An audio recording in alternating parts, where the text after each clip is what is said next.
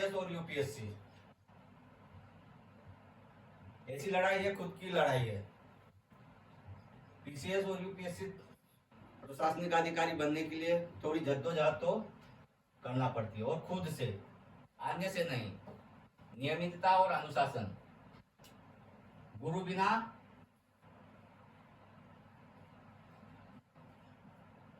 ज्ञान नहीं।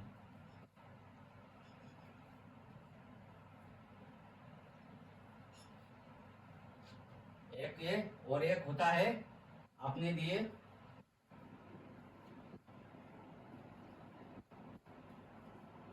खुद बनो।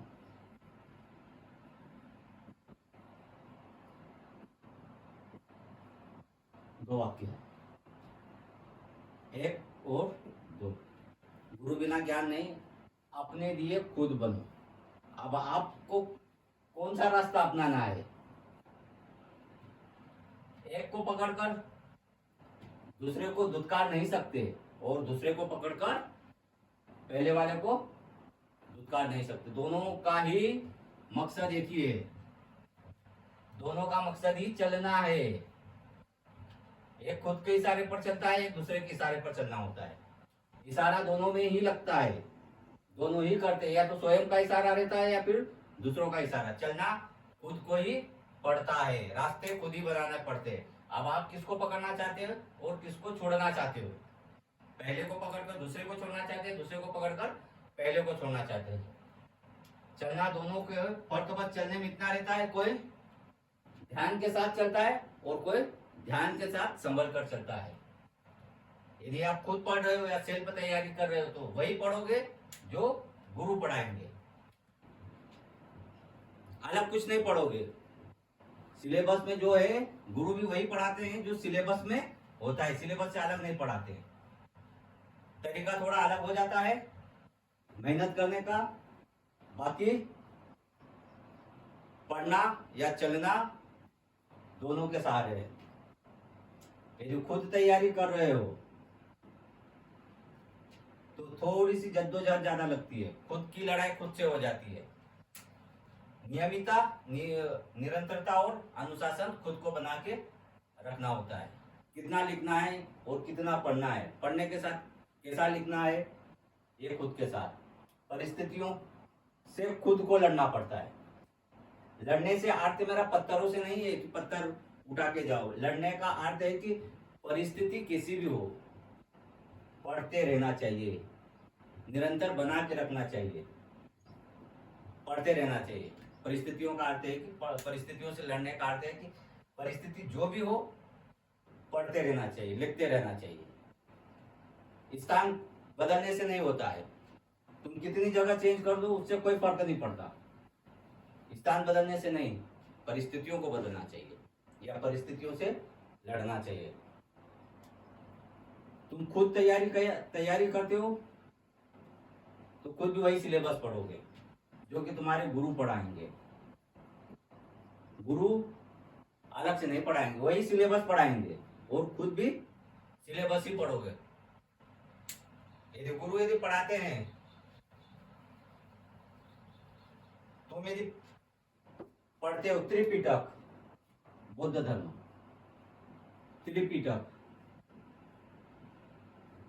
तो गुरु भी तुम्हें त्रिपिटक ही पढ़ाएंगे, अलग से नहीं पढ़ाएंगे। गुरु भी तुम्हें ऐसा नहीं, पहले स्टार्टिंग या शुरुआत त्रिपिटक से ही होगी। ये नहीं कहेंगे कि त्रिपिटक की संरचना क्या है, संरचना स्पष्ट कीजिए, ये नहीं पढ़ाएंगे। महत्व बताइए त्रिपिटक का साहित्य में, बौद्ध साहित्य में, या फिर बौद्ध और जैन ग्रंथों की तुलना कीजिए, या बौद्ध ग्रंथ और जैन धर्म ग्रंथ के में अंतर बताइए। ये नहीं पढ़ाएंगे। शुरुआत त्रिपिटक से ही करेंगे, जहां से तुम शुरुआत करो, जहां खुद तैयार, जो खुद पढ़ते हो। त्रिपिटक शुरुआत में त्रिपिटक का अर्थ ही बताएंगे कि त्रिपिटक क्या थे। ये बौद्ध ग्रंथ के 3 सामूहिक ग्रंथ थे, बौद्ध धर्म के, सॉरी, त्रिपिटक बौद्ध धर्म के 3 ग्रंथ थे, जिनका नाम था विनय पिटक, विनय पिटक, सुत्त पिटक,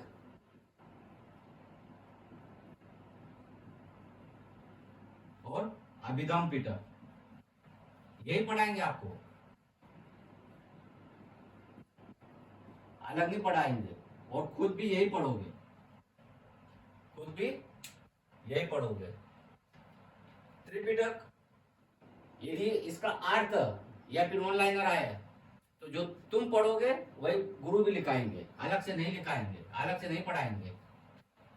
कैसे लिखोगे? ये बौद्ध धर्म के 3 ग्रंथ है, बौद्ध धर्म के 3 ग्रंथ है सामूहिक रूप से, इनका नाम त्रिपिटक है, या फिर इनको कोटरी या पिटारा भी कहते हैं। विनय पिटक,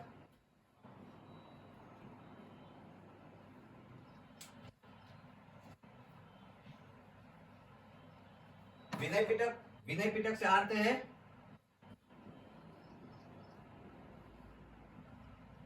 विनय पिटक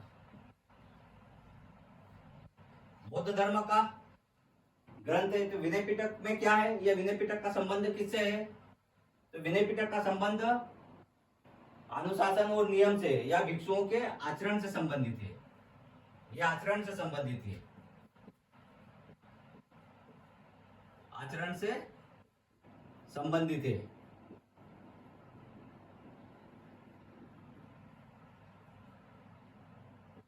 किनके? भिक्षु और भिक्षुणियों के आचरण से संबंधित है।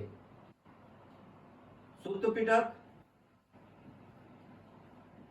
सुत्त पिटक का संबंध बुद्ध के उपदेशों से है, बुद्ध के उपदेशों बुद्ध के उपदेशों से है। त्रिपिटक के यदि बौद्ध ग्रंथ में त्रिपिटक बात करेंगे या चर्चा करेंगे या फिर लिखेंगे तो शुरुआत तो यहीं से करोगे। किताब की शुरुआत या तुम्हारे सिलेबस की शुरुआत या टॉपिक की शुरुआत यहीं से होगी, त्रिपिटक से। ये पढ़ाएंगे तुम्हारे गुरु भी, खुद भी यही पढ़ोगे,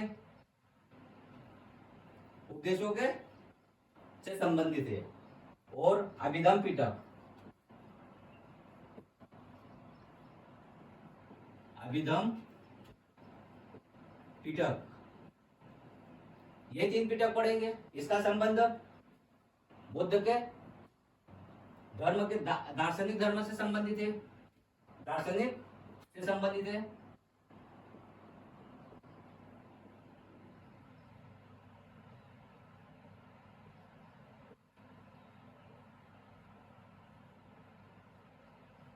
ये तुम्हारे वन लाइनर में पूछते हैं, ऑब्जेक्टिव भी आता है प्रीलिम्स में, और एक और आता है जो तुम्हारे सुत्त पिटक है। यह पिटकों में सबसे बड़ा पिटक है, यह सबसे बड़ा पिटक है। ये पढ़ोगे, तुम खुद पढ़ो या गुरु के द्वारा पढ़ोगे, यही पढ़ोगे। लिखाएंगे भी अलग से तो कुछ लिखाएंगे नहीं, भाषा का परिवर्तन हो सकता है थोड़ा बहुत, करना है तो तैयारी तो करना होगी, मेहनत भी करना होगी, समय के साथ निरंतरता बना के रखो। खुद में खुद तुम्हारी तैयारी हो जाएगी। किसी के सहारे चलो या ना चलो, बुद्ध पुरुष भी सिर्फ इशारा करते, चलना खुद को ही पड़ता है। अब चलने का तरीका तुम्हारे पास कैसा है? आंख बंद कर चलना है या फिर होश हवास में चलना है? बड़े प्रश्न बनते हैं त्रिपिटक से, या तो ऐतिहासिक